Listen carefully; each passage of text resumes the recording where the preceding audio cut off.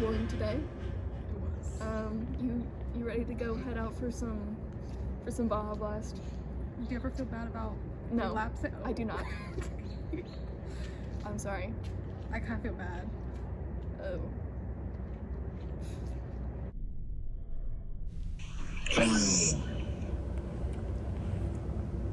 What year is it? It's 2022. Are you some kind of time traveler?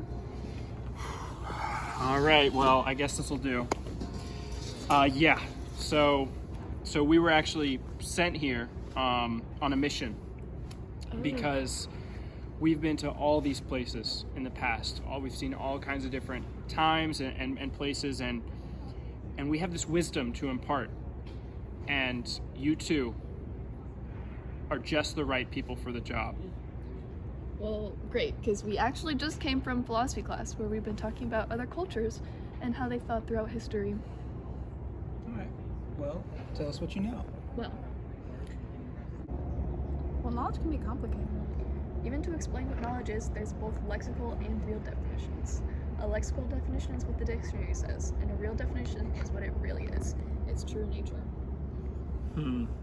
It's interesting you say that, because I've actually been all the way back to the Americas before, they were colonized by the West, and the Native Americans have a very similar idea of knowledge to what you describe as a real definition. They view knowledge as something that is observed, experienced, and confirmed.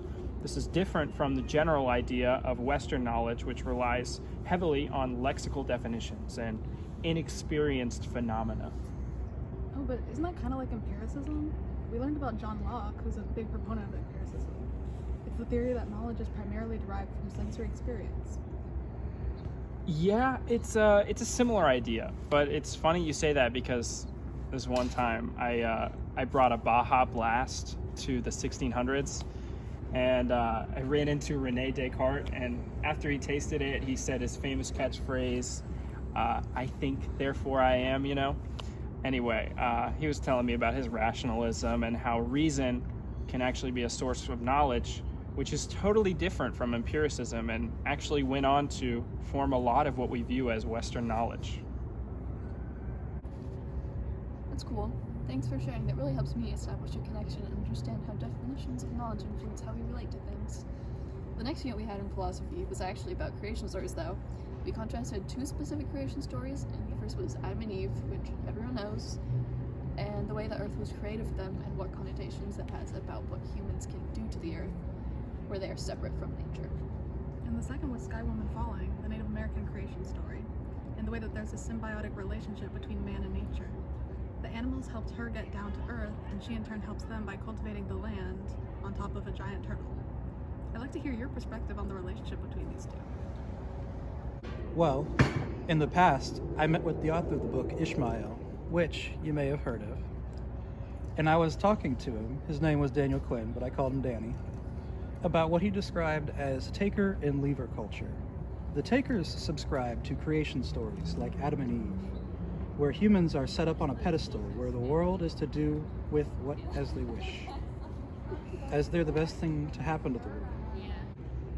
Whereas, on the other hand, the Leavers believe something more similar to the story of Sky Woman, where humans are destined to live in harmony with the world around them rather than having control over it.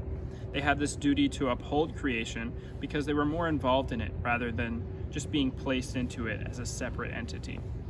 Well, thank you for sharing this with us. I wish we had more time, but you probably have to get back, don't you?